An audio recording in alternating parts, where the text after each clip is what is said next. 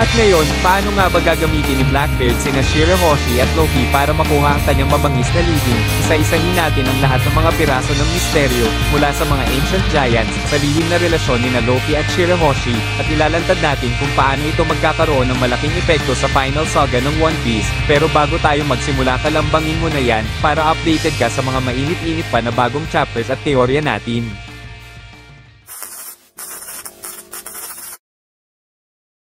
Kung mapapansin nyo, ang daming lumang misteryo na matagal nang hindi binabanggit, na gaya ng Davy Backbite, mga na-froze na giants, Florian Triangle at iba pa, mahigit 10 taon nang hindi na pag-uusapan, at ngayon, bigla silang naging mahalaga. Alam nyo kung bakit? Simple lang, malamang lahat ng ito ay patungo sa isang bagsak lang na paglantad. Simulan kagad natin sa nakaraang chapter, habang nagiinuman sina Herald at Neptune, nabanggit ni Neptune na malapit nang ipanganak ang anak niya, at nagbiro pa siyang, baka pwede nang pakasalan siya ni Loki balang araw. Si Herald naman ay nagbigay ng palayaw kay Shirahoshi, na mosa-mosa, na sobrang interesting, dahil sa One Piece, lahat ng pangalan at numero ay may kahulugan. Ang ibig sabihin ng mosa ay nangangahulugang Harry, na direktang konektado kay Shirahoshi, na malamang ito ay ang nabanggit na kaibigan ni Loki, at sa tingin ko ay iisa lang sila, at ito ay maraming dahilan para ito ay kapani-paniwala. Una, binanggit ni Herald si Shirahoshi bilang future Harry daughter, at halos kapareho ng sinabi ni Roger noon. Pangalawa, magkaparehas ang kinahinatnan nila, si Shirahoshi ay nakakulong malapit sa Eve Tree, at si Loki naman ay sa Adam Tree. Si Shirahoshi ay ni-reject si Vander Deacon, at si Loki naman ay ni-reject ni Lola, at pareho din silang may papel na posibleng magdulot ng pagkasira ng mundo. Sa SBS, nang tanungin ng fan si Oda kung type ba ni Shirahoshi si Loki, hindi niya sinabi ng diretso, pero sa sagot niya, ay malinaw na may foreshadowing dito.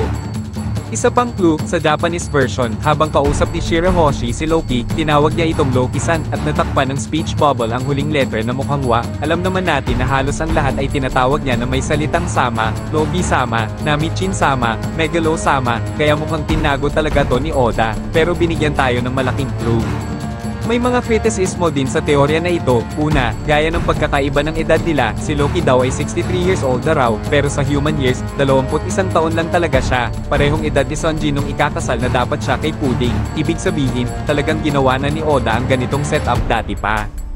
Pangalawa, sabing may balbas daw ang Denden Mushi, pero tandaan, hindi po ito laging kinokopya ang mukha ng nagsasalita, ginagaya lang nila ang facial expressions ng kausap, malamang nilagyan yon ng owner ng bigoti o salamin, at permanenteng design na iyon ng kanyang Denden Mushi, at alam natin, hindi basta-bastang ipapakita ni Oda ang Denden Mushi na kamukhang kamukha ni Shirahoshi kung wala pa siya na gustong ipahiwatig.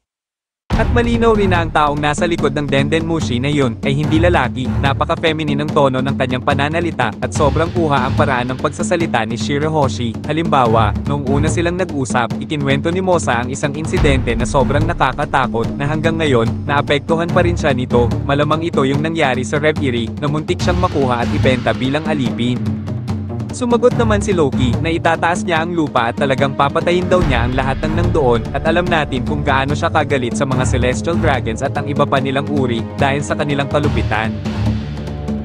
Ang pagkakakulong ni Shirahoshi sa kanyang silid at kakaunting contact sa labas ng mundo, ay nagpaniwala sa akin na somehow, nakipag-communicate si Loki gamit ang transponder snail, noong wala pa siya sa Elbaf bago pa siya hinuli at tinalo ni Shanks 6 na taon na ang nakalipas.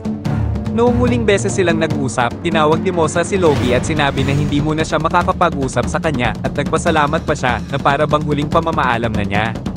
Labis ang pagkabahala ni Loki, at parang nasa panganib si Mosa sa tunog niya. Sa ngayon, ang tanging taong naiisip ko na kayang gawin ito, ay si Blackbeard. Noong huli natin siyang nakita, papunta na siya upang makipagkita kay Caribou, na alam ang lokasyon ng dalawang ancient weapons, at isa na rito si Shirahoshi, na bilang Poseidon. Kung isa sa alang-alang din natin na nagawa ni Blackbeard na hulihin si Pudding sa teritoryo mismo ni Big Mom, na hulihin si Gecko Moria at mismong si Garp din, malamang hindi magiging problema para sa mga Blackbeard pirates sa dakpin si Shirahoshi mula sa Fishman Island, at dahil wala nang makakaprotekta sa kanya laban sa kapangyarihan ni Blackbeard, maaari nating ipagpalagay na hawak na ni Blackbeard si Shirahoshi, isa sa ancient weapons. Sa nakaraang chapter, nakita natin ang reaksyon ni Loki nung nagkasakit si Ida. Una, pinatay niya ang isang giant at pagkatapos, binasak at sinunog ang buong baryo nung nalaman niyang pinatay si Ida ng mga taga-baryo sa pamamagitan ng paglason. Ganito kumilos si Loki para sa mga minamahal niya, at sa ngayon, si Shirahoshi lang ang tanging kaibigan niya, lahat sa Elbaf ay galit sa kanya, kaya kung malaman ito ni Loki, sigurado akong susubukan ni Loki na iligtas ang kanyang nag-iisang kaibigan kahit ano paman. Kahit si Blackbeard ay anak ng iniidolo na hero ni Loki, ngayon, hindi ko iniisip na kusang tatanggihan ni Loki ang pagkampihan ni Luffy, at kumampi kay Blackbeard matapos mahuli si Shirahoshi, pero malamang kailangan din ni Blackbeard si Loki, alam ni Terebo ang lokasyon ng Pluton, at si Loki lang din ang makakapag-activate nito, at ipapaliwanag ko ito kung bakit. Sa Chapter 1154, nalaman natin tungkol sa dalawang grupo ng higanti mula sa sinabi ni Jarol. Ang isang grupo ay ang Galila Giants, mga shipwrights na may dalang warhammers. Kahit na inakala ni Herald na kwento-kwento lang sila, kinumpirma ni Jarol na tunay silang umiiral. Sinabi niya na naglakbay sila at nagpadala ng mga liham pabalik sa Elbaf. Natanggap mismo ni Jarol ang kanilang huling liham na nagsasabing lahat sila ay nahuli. Noong Chapter 355, 20 taon na ang nakalipas, namangha si Frankie nung nakita niya ang blueprints ni Pluton at nagtataka kung paano kaya nakagawa ang isang tao ng ganito. Batay sa sinabi ni Rox D. Zebek, naniniwala ako na isang giant shipwright group tulad ng Galila ay kayang buuin ang Pluton. Isa pang interesting na punto ay si Iceberg, pinakamalapit na kaibigan ni Frankie, na nagbigay rin ng Pluton blueprints. Sa ngayon, isa pa itong clue na nag-uugnay sa Pluton at sa Galila Giants.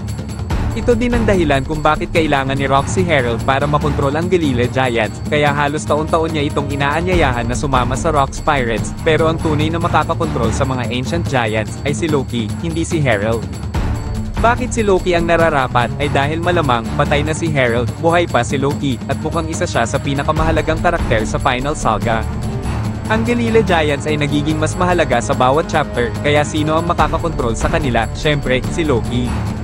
Para ma-activate ang Pluton, kailangan ng tatlong bagay, ang lokasyon ng Pluton, ang mga Ancient Giants para itayo ito, at isang tao, na sa kasong ito ay si Loki, para utusan ang mga Giants na iyon. Pinatunayan na ito ni Oda sa Wano sa alliance ni Kaido at Big Mom, na isang linya ang tumatak sa akin at medyo nakakalito. Iyon ang announcement ni Kaido sa buong Onigashima na sila ni Big Mom ay nagbuo ng alliance, hindi lang para hanapin ang One Piece, kundi para sakupin ang ancient weapon.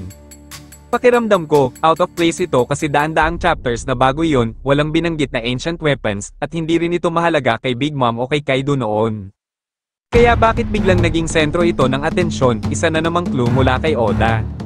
Nang may mag-alok na matanda kay Kaido, sinabi niya na weapons shape the world we live in, and with that in mind, I have a proposition for you. Siguradong alam ni Kaido na nasa Wano ang Pluton, at si Big Mom naman ay gusto niya palagi ang kapangyarihan ng mga Giants, kaya siya nagalit nung ayaw ni Lola na pakasalan si Loki, kaya kung magsama-sama sila, pwede nilang makuha ang isa sa ancient weapons. Si Zunisha rin ay dumating sa Wano, at ano ba ang purpose ng pagdating niya, para sundin lang ba ang utos ni Momonosuke at para masaksihan ang pagbabalik ni Joy Boy? Malamang hindi. Dumating si Zunisha sa Wano dahil inakala niya na mabubuksan na ang borders, pero umalis siya nang magdesisyon si Momo na hindi pa ito ang panahon. Kapag nabuksan ng borders, mapapalaya ang Pluton, at kung makuha ni Blackbeard ang tatlo, ang Ancient Giants, si Loki, at ang lokasyon, na hawak na niya, makukuha na din niya ang pangalawang Ancient Weapon. Pero paano nga ba niya mapipilit si Loki na tumulong? Sigurado akong gagamitin ni Blackbeard si Shirahoshi bilang isang hostage at paglaruin siya ng Davy Backfight para i-recruit si Loki. Hindi basta comedy lang ang arc na to, foreshadowing ito, maaga itong inihanda ni Oda bilang setup para sa mas seryosong pangyayari sa Final Saga, isa itong delikadong laro kung saan pinagsusugal ng mga pirata ang kanilang crew members. At pagkatapos ng 20 taon, nakita natin ang parehong laro sa flashback ni Rox D. Zebek, hindi inihanda yon ni Oda para sa walang kwentang bagay, preview ito ng madilim na bersyon, at involved dito ang Blackbeard Pirates, si Loki, at malamang pati ang Straw Hats. Ngayon, ano ba ang pwedeng tumigil sa plano ni Blackbeard kung hawak na niya ang lahat ng keys para sa Pluton? Ang sagot, malamang, si Kuzan, at sa tingin ko, natuklasan ko na ang totoong dahilan kung bakit kasama pa rin si Kuzan sa Blackbeard Pirates. Malinaw na ipinaalam ni Oda na may plano si Kuzan sa laban niya kay Garp, hindi lang basta iniisip ni Kuzan na hindi pa tamang panahon para tradeorin ang Blackbeard Pirates habang lumalaban kay Garp. Isa si Garp sa pinakamalapit niyang kaibigan, mentor niya, at dahilan kung bakit siya naging admiral at kasing lakas niya ngayon. Nakita rin natin kung gaano siya nalungkot matapos i-freeze niya ang kanyang mentor. Madali lang sanang talunin ni Garp at Kuzan ang lahat sa isla at kunin ang teritoryo, pero hindi niya ginawa. Hindi lang basta nakikisama si Kuzan sa Blackbeard Pirates, may plano din siya at naghihintay ng tamang panahon. Ang pagtatraidor sa kanila sa Hachinosu ay nangangailangan ng sakripisyo na higit pa sa kay Garp, at ano ba ang mas mahalaga kaysa kay Garp para kay Kuzan? Malamang, isa itong malaking bagay. Napaisip ka na ba kung bakit bumalik si Kuzan sa Punk Hazard? Malamang iyon ang huling lugar na gusto niyang balikan. Natalo siya kay Akainu doon, at napilitan siyang iwan ng Marines at nawalan ng paa. Hindi siya pumunta lang doon para lang kay Caesar o para iligtas si Smoker. Oo, sinabi niya kay Smoker na pupunta siya para makita siya, pero malinaw na kasinungalingan iyon. Pinag-usapan niya ang world government at mga bagay na pwede niyang gawin kahit wala ang Navy, at nung umalis siya, sinabi niya kay Smoker na huwag ipagsabi sa iba. Sa chapter 699, makikita pa ang shadow ni Imo na reflected sa glasses ni Kuzan. Kung nakita mo ang panel na iyon, alam mo kung paano gustong mag-foreshadow ni Oda ng malalaking pangyayari gamit lang ang maliliit na detalye. Ang dahilan kung bakit hindi pa niya kayang traidorin ang Blackbeard Pirates at iligtas si Garp ay dahil para sa pagtupad ng tunay niyang layunin na makakapagligtas siya ng mas marami pang tao kaysa kay Garp lang, kahit na pinakamalapit niya itong kaibigan.